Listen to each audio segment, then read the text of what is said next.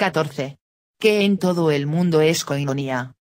La palabra griega koinonia es la palabra que se refiere a la comunión profunda que los primeros cristianos tenían juntos. Es algo que anhelan muchos cristianos hoy, y es realmente la esencia de la vida eclesiástica en la Biblia. Pero a gran medida, la Iglesia moderna parece haberlo perdido.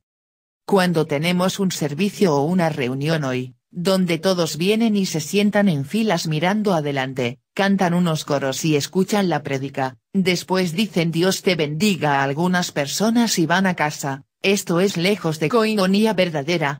Aún en un buen número de células y reuniones en casa hoy, hay poca comunión profunda. Es más como un culto en miniatura, donde unos pocos hacen todo el ministerio y el resto está sentado y mira. Tenemos que darnos cuenta de que koinonia estaba en el centro del estilo de vida de la iglesia temprana. Sin esto, yo creo que no tenemos realmente iglesia. Podemos tener una reunión, pero no tenemos comunión. Y sin esto, realmente no tenemos nada. Koinonia depende de una cosa sobre todo. Depende de un grupo de personas unidas que son realmente personas lavadas en la sangre y llenos del Espíritu. Porque yo creo que esta clase de comunión profunda y gozo y unidad involucra una conexión de corazón a un nivel realmente espiritual, de manera que el Espíritu Santo pueda realmente fluir. Pero la koinonia de la iglesia temprana involucraba otras cosas más. Por ejemplo, es claro que en sus reuniones de casa en casa ellos se reunían alrededor de una comida, y también alrededor de la cena del Señor. Más adelante más sobre ello. Los primeros cristianos participaban en la comunión cada día en sus casas, tan importante fue para ellos. Ahora, es necesario que usted sea una persona especial o un anciano para decir la bendición sobre la Santa Cena y partir el pan con otros creyentes en su casa.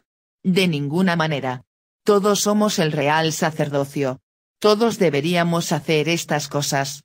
Debemos darnos cuenta de cuán importante es partir el pan juntos con nuestras familias, nuestros grupos de oración, nuestras reuniones en casa, etc.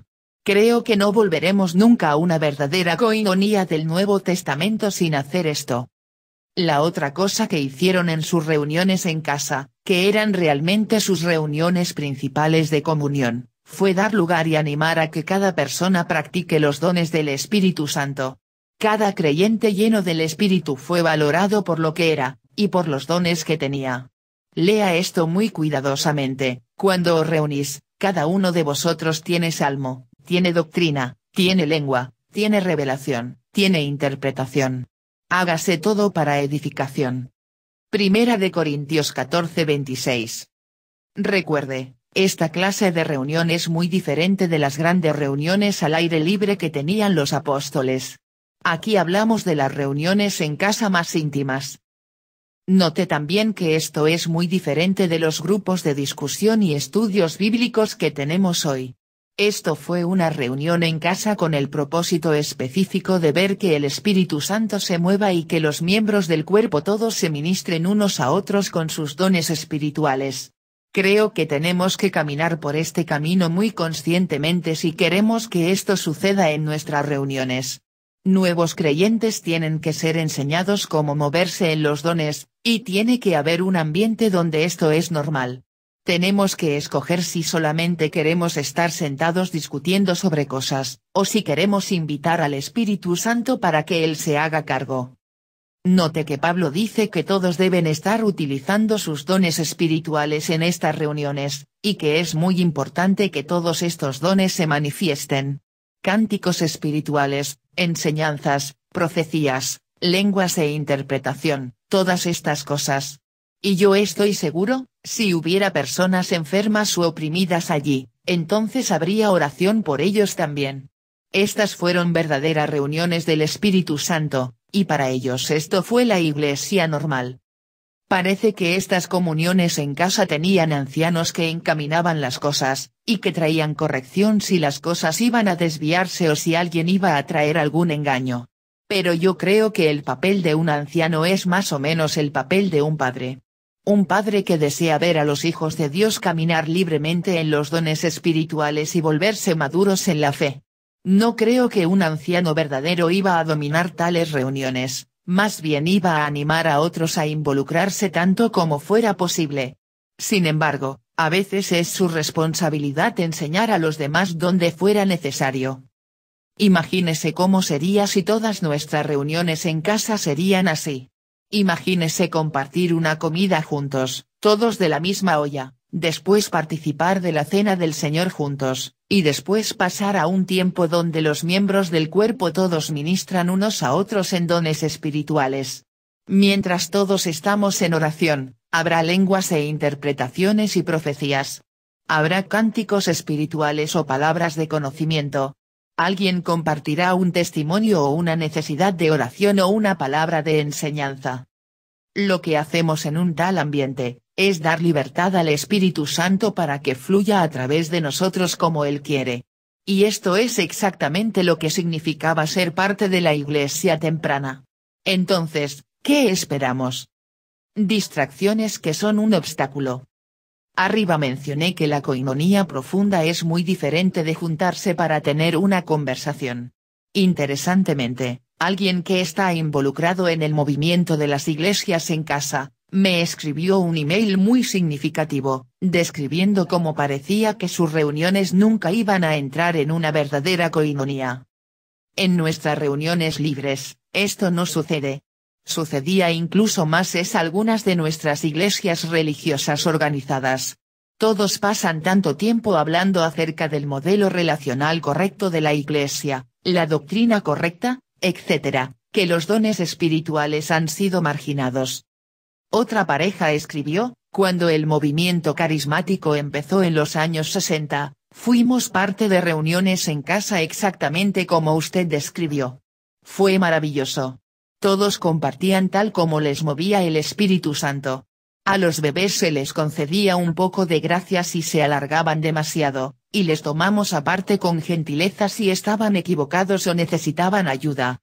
Las reuniones eran en la sala y el comedor estaba al lado, allí se reunían las mamás con bebés, donde los bebés podían gatear alrededor mientras las mamás podían escuchar y participar si les guiaba el Espíritu Santo. Los niños más grandes jugaban en el dormitorio de la familia anfitriona con otros niños, o participaban en las reuniones. Ningún niño fue llevado aparte a una iglesia de niños. Creemos que la unción ministraba a los niños, no importaba si estaban pintando dibujos o sentados, escuchando tranquilamente, o dormidos en el suelo. ¡Cuán maravilloso fue! Y así debería seguir. La verdad acerca de la comunión. Muchos de nosotros hemos aprendido que la comunión, la Santa Cena, es solo algo simbólico, o simplemente un recuerdo. Pero es claro desde el Nuevo Testamento que los primeros cristianos lo vieron como algo mucho más.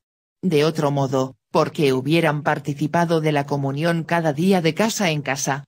Un ritual simbólico no habría sido tan urgente, ¿verdad? Y también, si es solo simbólico, ¿por qué dijo Pablo que una actitud equivocada hacia ello causó que algunos cristianos en Corinto se enfermaron, y algunos incluso murieron? 1 Corintios capítulo 11 29 al 30, ¿cómo puede un mero símbolo tener el poder de hacer enfermar a personas que abusan de él?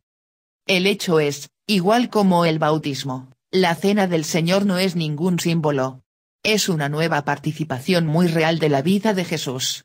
Y es muy claro desde todos los pasajes del Nuevo Testamento que los apóstoles estaban muy conscientes de su poder e importancia.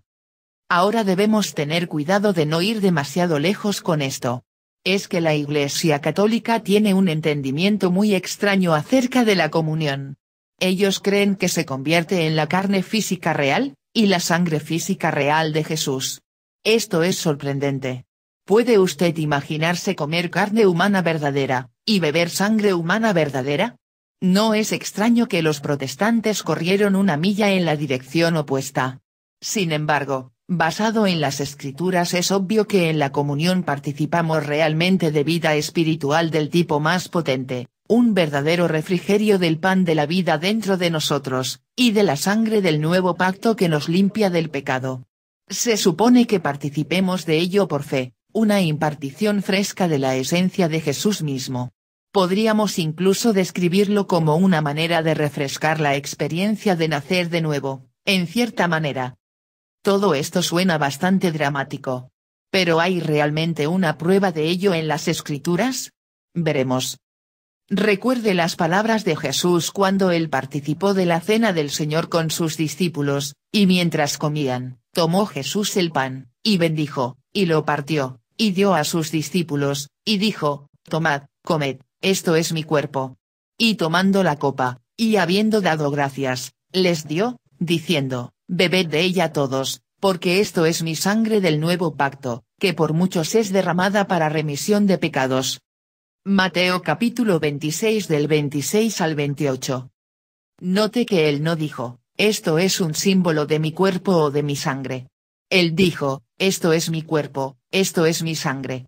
Y esta es claramente la manera como sus seguidores debían tratar la comunión desde entonces. Iba a ser una participación real de todo el empoderamiento y purificación que se encuentra en el cuerpo espiritual y la sangre espiritual de Jesús. Fue para ser recibido por fe, recibiendo de Dios una impartición fresca cada vez.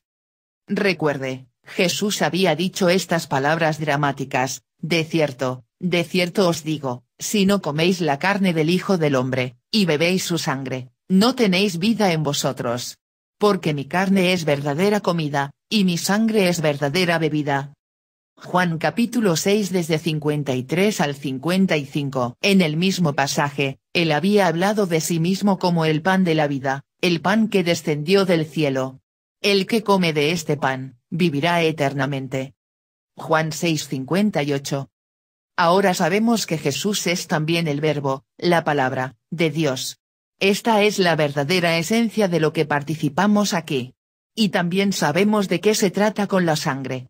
Por todas las Escrituras, se nos dice que la vida está en la sangre, y que la sangre de Jesús nos limpia de todo pecado.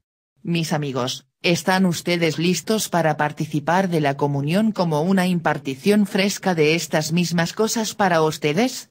Entonces, usted está listo para participar de ello exactamente como lo hicieron en el libro de Hechos. Esta es claramente la razón por qué lo hicieron cada día. Tan importante fue. Ellos usaron la comunión como un medio de permanecer en Jesús y de participar de su vida una vez más. Fue como los israelitas que participaron del maná en el desierto cada día para mantenerse vivos. En los tiempos modernos, escuché de casos donde personas fueron físicamente sanados al participar de la comunión en esta manera más profunda. Esto no es sorprendente, puesto que están participando de la misma vida y de la purificación de Jesús por fe. Realmente necesitamos estar haciendo esto todo el tiempo, igual como la iglesia temprana. Entonces, ¿qué estaban haciendo los corintios para que el poder de la comunión se volviera en contra de ellos? Cuando usted lee el pasaje entero, 1 Corintios capítulo 11 desde el 17 al 34, usted verá que los problemas principales eran 1. Divisiones entre ellos. 2. No preferirse unos a otros, y 3. Participar de la comunión en una manera muy carnal. Recuerde, en la comunión se trata de participar del un solo cuerpo de Jesucristo. Entonces es no solamente ser uno con Jesús, es también ser uno con nuestros hermanos y hermanas. Es un asunto de verdadera unidad del corazón. Por eso, Pablo dice, pruébese cada uno a sí mismo, y coma así del pan, y beba de la copa.